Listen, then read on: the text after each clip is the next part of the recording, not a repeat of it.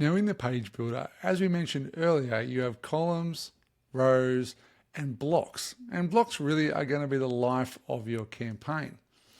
Now there's a whole bunch of different blocks in Raisy's block library. If we open up the block settings, you can find them all here and search for different blocks. But I want to take you through some of my favorite ones because you probably really don't need to use all that many of them to create a really great campaign. So let's look through some of the major ones. Firstly, you're going to be focusing on heading block. Now your heading block is crucial as it's going to control all of your primary headings for each of your rows. As you can see, we've already got some of these heading blocks here for leaderboards and also the hero image as well.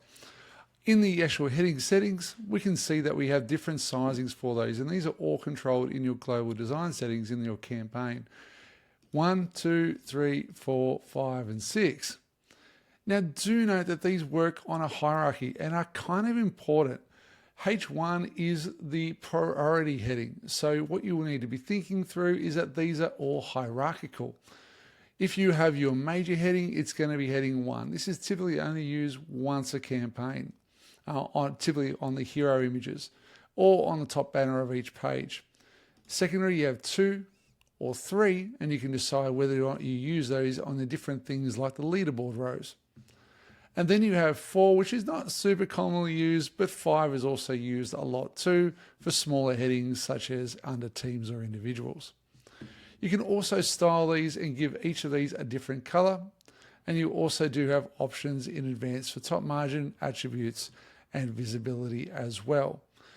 Do note, one of the things from building hundreds of campaigns in Raisly, I never ever use the padding option here. So try not to. And typically when it comes to margin, you probably don't really need to use this much with headings, maybe at times to add a little bit of bottom margin as well. Now the other one you use in regards to text is the paragraph block, and this is going to be really important. You use this block for anything that really is just copy on your page that you need to be putting in. But there's some nice little secrets with this. If we open up the settings, as you can see, no general options to worry about. You do have some styling options there. But if you go to advanced and attributes, you can actually type in small, smaller, or smallest. And these will change the sizing of the text, paragraph text for you. And you can also go the other way, large, larger, or largest. So that can be a really, really helpful little feature to utilize for text and copy. And we'll have a look at those in a moment too as we go on through.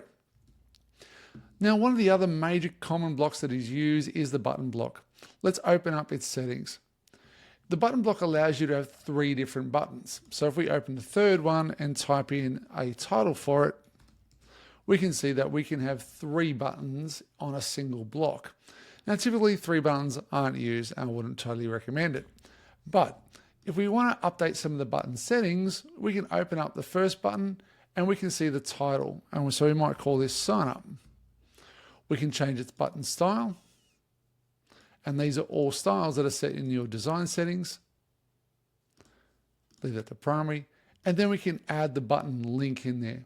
Now, if you're linking to an existing page that is already here, such as the sign up page, you just need the / and sign up because it's looking at the existing campaign you're working on. If you want to use this button to go to an external website, you'd put in the full HTTPS : and what the actual URL for that website is. Just a little bit of a note there. Now, so let's put sign up. And the other one for the second button, why don't we put donate? We can change the style, super, and we can just make this go to the donation page. So that is typically how you control button links across there, but there's also some fun things you can do within buttons. If you go to advanced settings, attributes, and type in buttons full, you'll see that the buttons are going to take up the full width of the container. You can also do buttons half, which is a great one. And you can also do buttons small. Button smalls is kind of good when combined with buttons full. As you can see, they do take up the nice space, so they're clear, but they're not taking up too much space as well. So there are a few little custom class secrets that you can be applying into your buttons as well. Now, some of the other common blocks you can see if we open up, You'll find them in the common block settings here. You also have an image block available. So why don't we add one of these in, but using a new row. So why don't we add a 2-column row? I'm going to add some text, maybe a little bit more text. Awesome. And I'm going to change the heading size down to 3. That's looking better.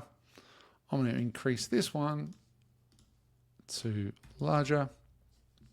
Great. I'm going to get rid of my little spaces because I don't need those. And I want to add in an image block. So I'm just going to change the vertical spacing to 60, give it more space, and add an image block. So if I can go image, adding here, select from my options, and I now have the image block available.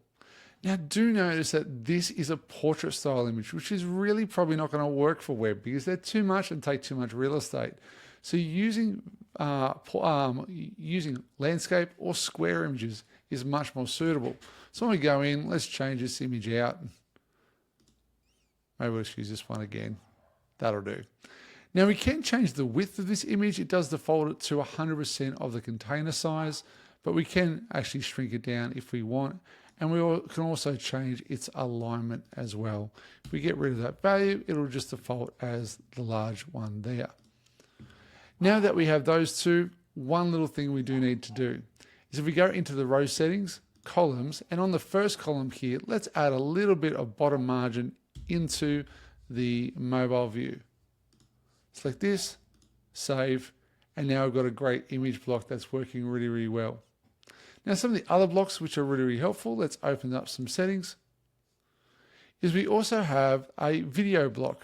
So if we add the video block in instead, here we can paste in a video URL from YouTube or from Vimeo. And you can also embed one from Loom if you want it, if you're using Loom as well. And this is just going to allow you to put a little video block instead of maybe an image block available for you too. Some of the other common blocks you'll have a look at, if you scroll on down, is you also have an icon block, which is worth exploring. And you also have the things like the HTML block if you do want to write some HTML in there, a little bit for advanced users. But what I want to show you is two of my favorite blocks which I use commonly, but I'm going to need a new little row for this. So I'm going to add a full width row, and I'm going to add in the feed block.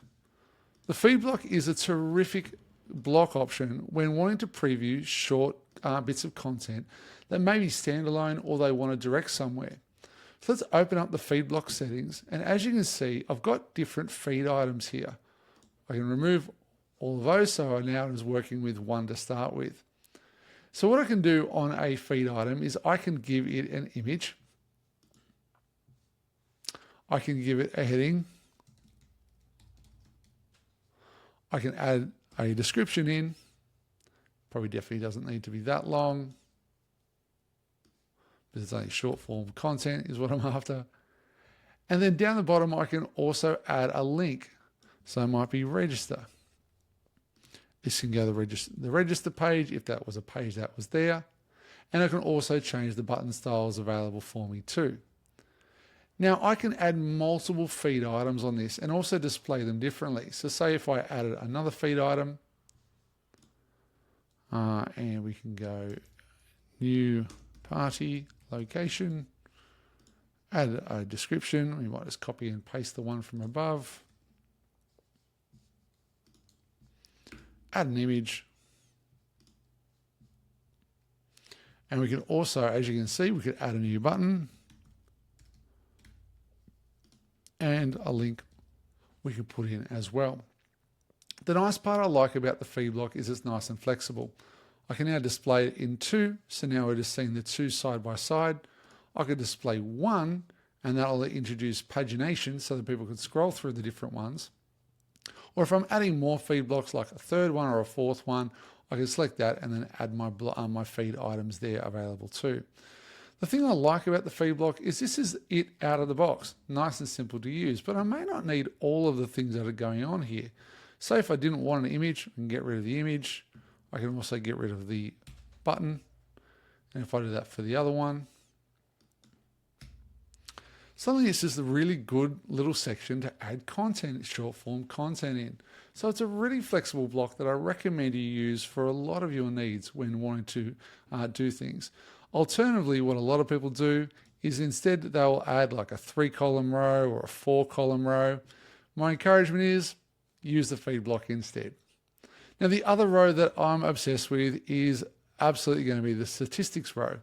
If I open this one up into a new full width row and go to statistics and statistic grid, I can open this up now and I can open up the settings and I can add, like the feed item, a new stat.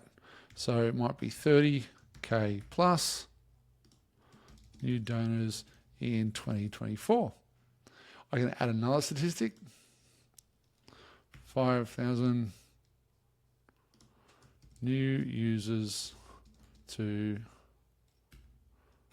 the platform. And I can start adding statistics in here. I can change the heading sizes for the first one, and I can change the heading sizes for the one underneath. I can also change its alignment. And this is a great option when just wanting to put some really impactful statistics around on your site as well. Way better than using columns and putting text and images and all that kind of junk in there as well. Use the statistics grid. It's a game changer. Now, the last one I want to show you, and I'll get rid of this one, is the logos block. This one is used commonly when you need to be putting in, say, sponsorship logos. If I add the logos block here, like the feed items, I can add a new logo item. Now, I don't have any logos in my database, so that's all right, but you can sort of get the drift. I can add another one. I can add another one. And what it's going to do, you're going to use logos in this case, not images. But what you can be doing is just easily stacking across the different logos, and each of them has the ability to have a independent link from them all. So this is a great way to use the logos block if you are needing sponsorship logos presented on your site as well. Now, there are a bunch of other blocks to explore over time, such as when you're using peer-to-peer, it's like leaderboard blocks. The other one I recommend is the profile search block, which you can be using. There are other blocks available, and I encourage you to go to our support guides to explore what each of the blocks can do for your pages.